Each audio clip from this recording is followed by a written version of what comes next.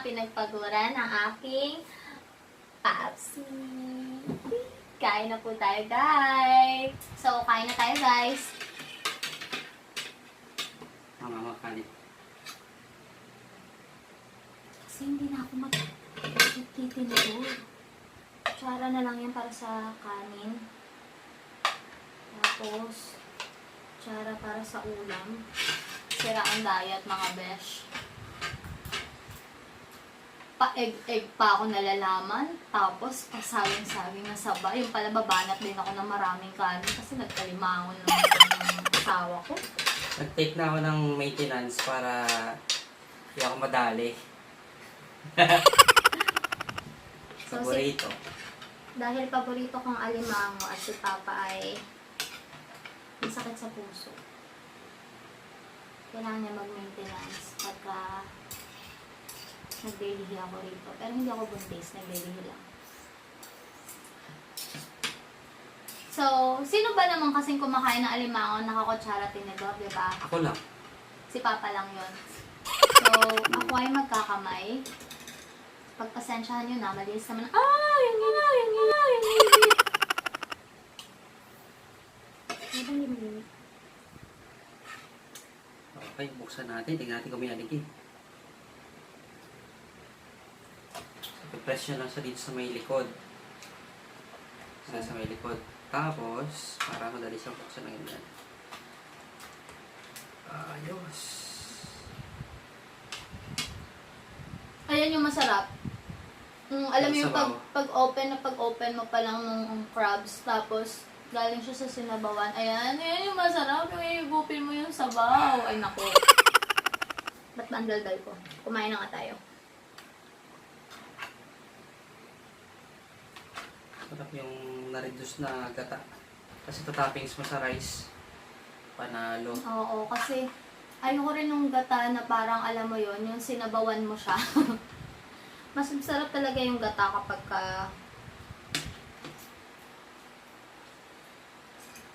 nanayimik, nakadakim ng masarap.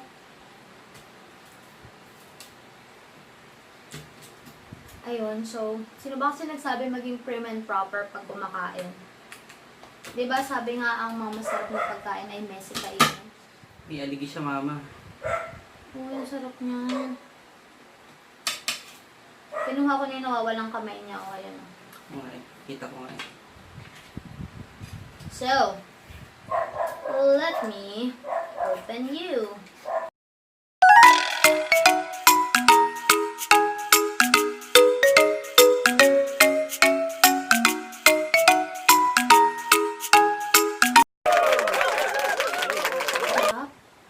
Pag ako kumakain ng gato, walang tapon, siya lang.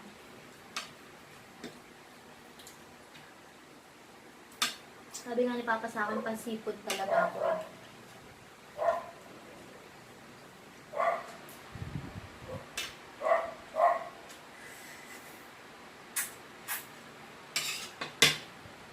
Sarap, guys. Sana natitikman nyo rin. Alam mo yung fresh kasi to.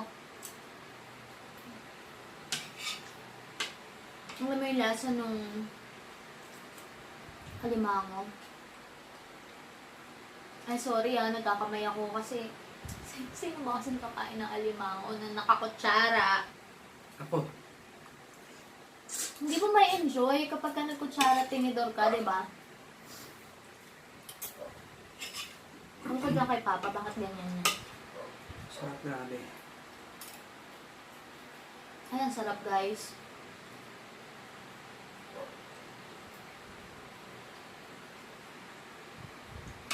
Nako. Ito pa lang kinakain ko yung shell. Grabe, ang daming crab meat. Tapos kanina dun sa palengke, ang bait ng matanda na binila namin. Pipilian niya daw ako ng babae, tapos may mga aligi pa. So, nakamura talaga kami dito, and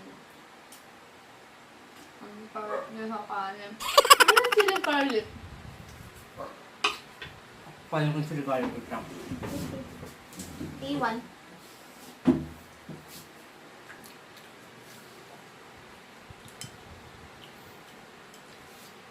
Chili. Ayun, chili garlic, homemade yan. Gawa yan ni Papa. So, nagtitinda kami niyan. Sarap ng crab meat. Grabe, nakakaiyak. Hoy, hinahinay ka lang ah. Hindi porket may health card ka na eh. Sulit. Garlic. Bagay na bagay sa chili garlic. As in. Oh, syempre, sarap ng crab. Ay, masarap yung naging paste na. Alam mo yung gatang na reduce ng ano, napakaganda. Pasensya na kayo. Ganito talaga ako kumain pagka seafood eh. Ano, medyo Hindi ko alam kung baboy. anong uunahin ko ah.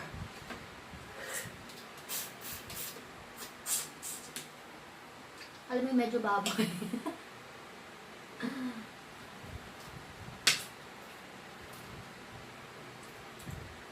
Mm.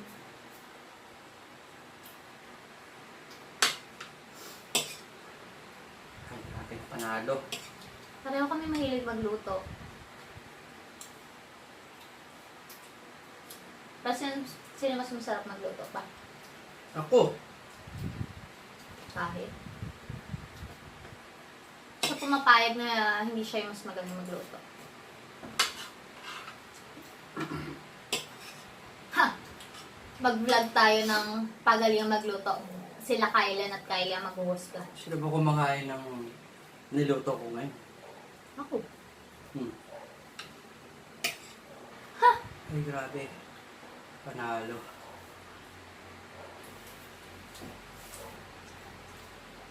Tingnan niyo si Papa, kahit crab na yung ulam, nagkukutsara pa rin siya. Pag fish ang ulam, kutsara, tinidor pa rin siya. Birang-bihira mo siya mapagkakamay. Magkakamay lang siya pag gustong-gusto niya talaga yung ulam or sobrang sarap talaga ng kinakain niya. Which is bilang na bilang ko lang.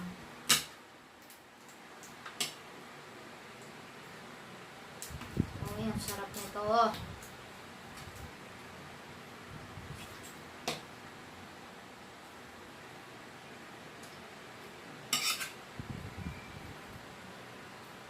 So,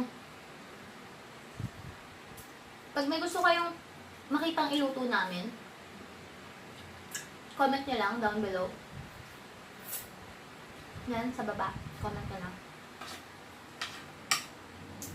Or, any questions?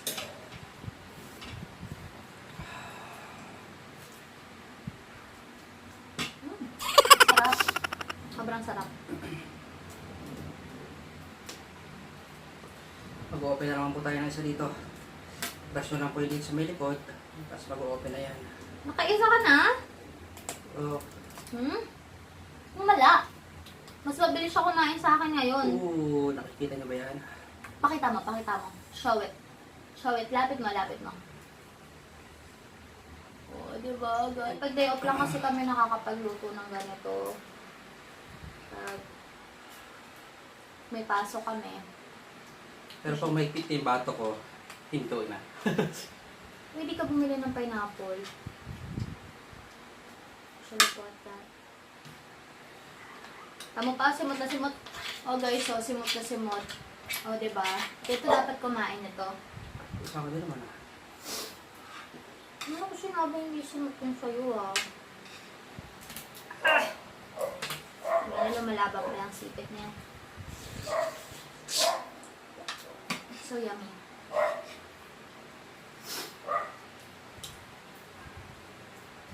Ay, grabe, ang sarap. Sarap mga te!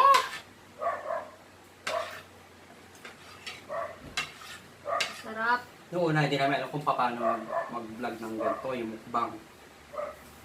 Sabi ko, lagi kasi ako nag-YouTube. So, pagdating ko, pampanto ko siya pag galing ng trabaho. Mas lagi ako nanonood. Ang dami ko mga favorite vlogger.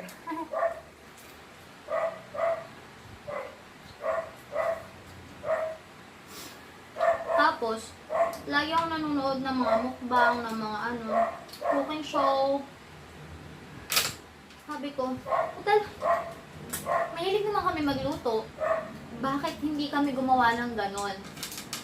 Tapos ayun na nga, plano-plano, ganito ganyan. Marami nagagawa. Kasi sobrang busy. Kanina, pagkagising namin, sabi ko, punta kami ng palengke. Diniretso na namin pumunta ng palengke at baka mamaya Hindi naman matuloy. mapuliliyaso na naman yung na bumili ng mga crabs. So, dapat kanina talaga, ginataang Ginataang kuhol. kuhol pati tahong. Yung Magkasama dapat. Kaso nakita namin, nadaanan namin yung crabs.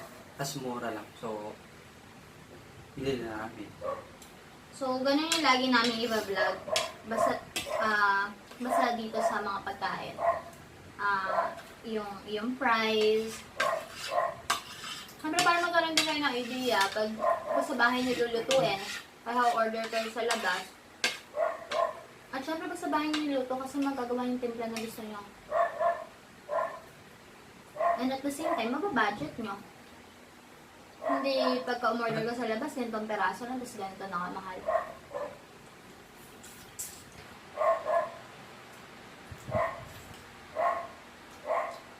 So, ayun na nga. Nakapag-vlog kami, nakapag-film kami ng isa. Ito ng food vlog namin. Isip kasi ako ng isip, sabi ko, bakit hindi natin gawin yun? Dahil mahilig naman kami magluto, mahilig kami kumain. Ayun. Grabe, trabaho ng grabe.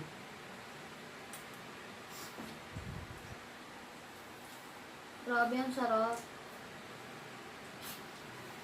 Ang sarap, guys. Hindi siya kagaya ng nabibili sa labas. Naluto siya sa sarili niyang katas kanina. So, kaya lahat ng mga lasa na alimango nandun sa sabaw. And at the same time, fresh na fresh kasi siya. Gumagalaw pa.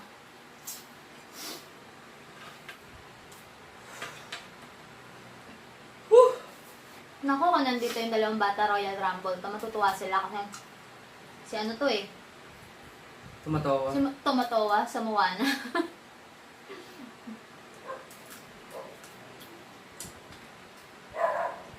And si Sebastian.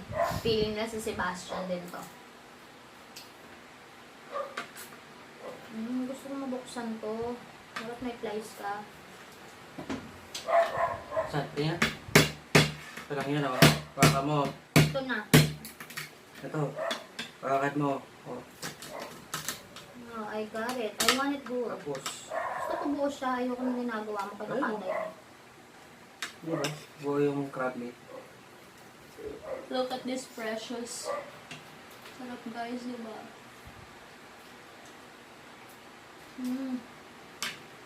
Amazing. Thank you, Lord.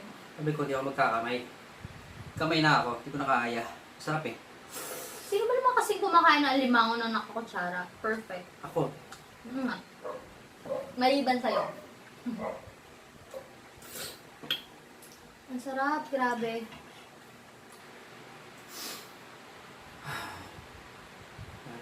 Ano pag maanghang siya, paparami ka ng kain talaga. Pero not intended to persons na may high blood. Kakain ka ng madaming ganito. Nako. Suicide. Sabihin mo sa sarili mo.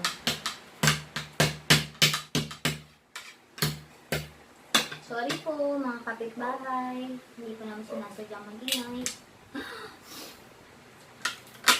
Natatakot lang ako dito pagka kinakain ko na yung mga itong part. Kasi baka matusok ako or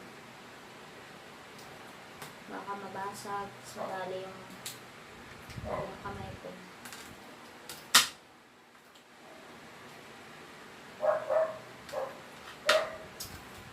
Napakasarap!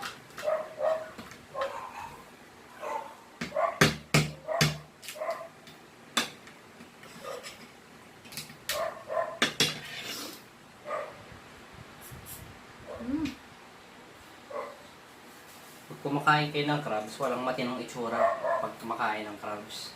Tama! This is one of the messy food. Na may enjoy mo lang kapag himay ka ng sarili mo.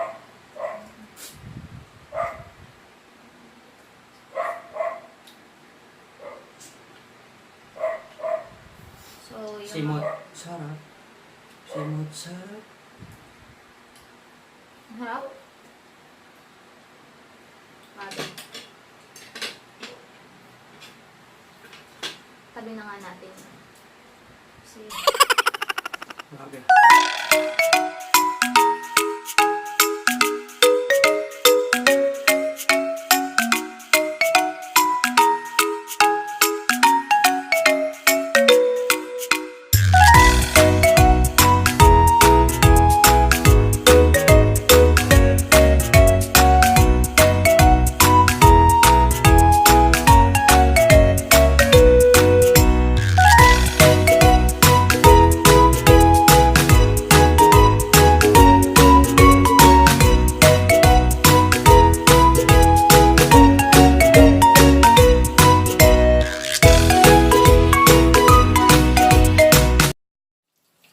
Ako ang nagwali. Wala na akong katabi. Sumuko na.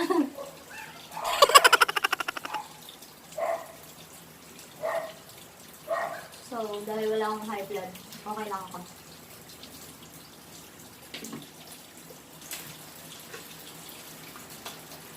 Tingnan nyo naman.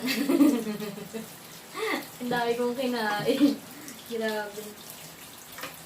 Meron pang 2 sipit na natitira rito. Last 2 na to. So guys, thank you sa panonood sa aming mukbang. Alimango mukbang! Thank you so much sa panonood. Asa na ang aking gwapong-gwapong chef? Let's say bye-bye! Bye! Salamat sa panonood. Sa susunod ulit namin panonood. Grabe, high blood ako. Don't forget to hit like doon sa baba and also subscribe on our channel para meron din yung bell button. Pakipindot na lang para ma-notify kayo pag meron kaming mga bagong upload. Thank you ulit sa panonood! Bye-bye! Salamat!